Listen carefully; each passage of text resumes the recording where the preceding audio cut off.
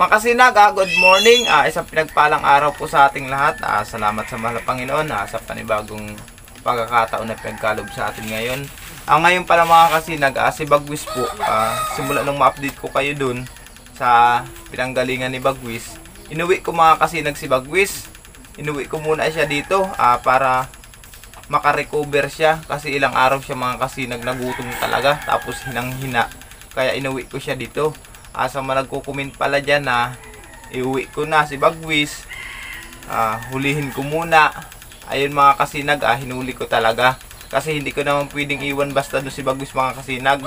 Kung sa totoosin mga kasinag, yung area na yun mga kasinag, malapit na po yun doon sa kung saan ko siya nakuha nung maliit pa. Napakalapit na, kaso lang inisip ko kung hahayaan ko lang doon si Bagwis, may posibilidad mga kasinag na mamatay din lang siya sa gutom kasi hindi nga siya marunong maghunting. Hindi mayata siya binibigyan ng pagkain ng kasamahan niya. Kaya ganun ang nangyayari sa kanya. Saka si Bagwis mga kasinag, hindi doon nagtungo sa Iraya, doon sa napagpunan ko sa kanya. Pumunta siya, malapit na sa kabahayan. Kaya nakuha ko siya mga kasinag, malapit na doon sa mga bahayan. Kasi ganun na naging ugali ni Bagwis mga kasinag, naging mabait siya. Kaya sa mga kabahayan ang tungo niya. Kaya ngayon mga kasinag, ipakita ko sa inyo si Bagwis. Kunin ko lang muna.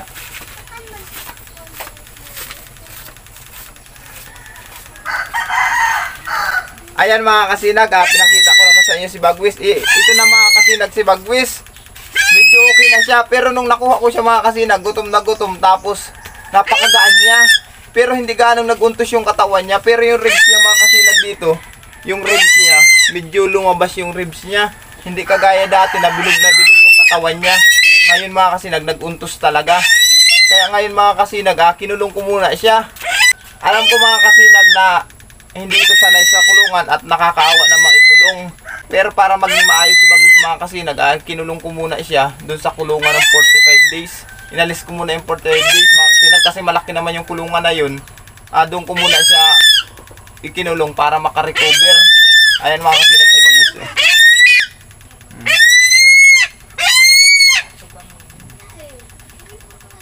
Ayan na mga kasinag. O kaya sa lahat na nagko-comment dyan, sa lahat na nagmamalasakit kay Bagwis, ito na mga kasinag. Salamat din po sa pagtangkilik nyo sa aming YouTube channel.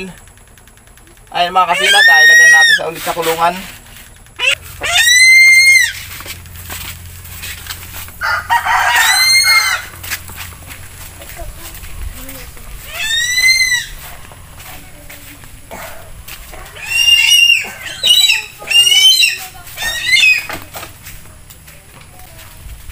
Ayan na sa mga kasinag. Ayan.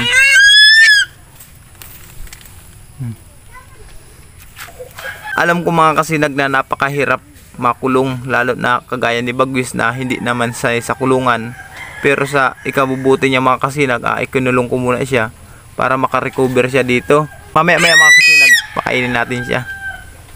Bagwis! Bagwis! Ayan mga kasinag, pansamantala na dito muna si Bagwis.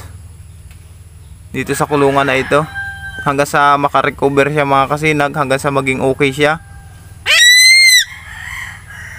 Bagwis, pasensya ka na ha.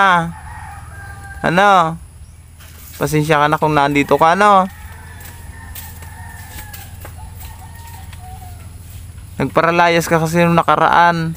O kaya iyan, kinulong muna kita. O kaya sorry. Pasensya ka na.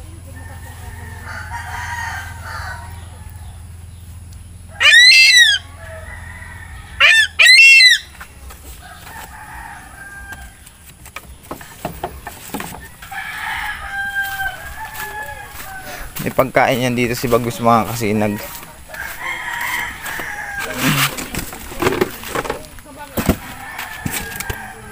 Ayun nandito. An 8 yan, alimango yan mga kasinag. Buhay pa yung ating alimango.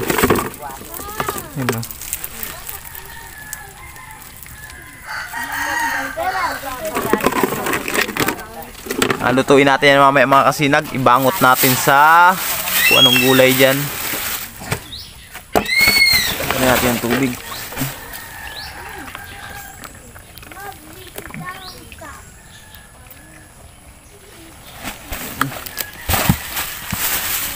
Ayan, ito yung pagkain ni Bagwis mga kasinag.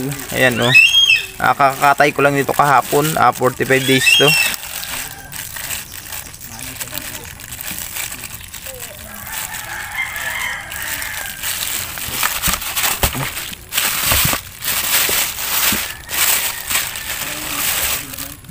Pakainin natin si Bagwis ng hita ng manok.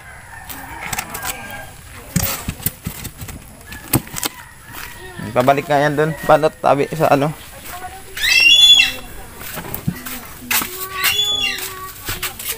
Ibabad muna natin mga kasinag.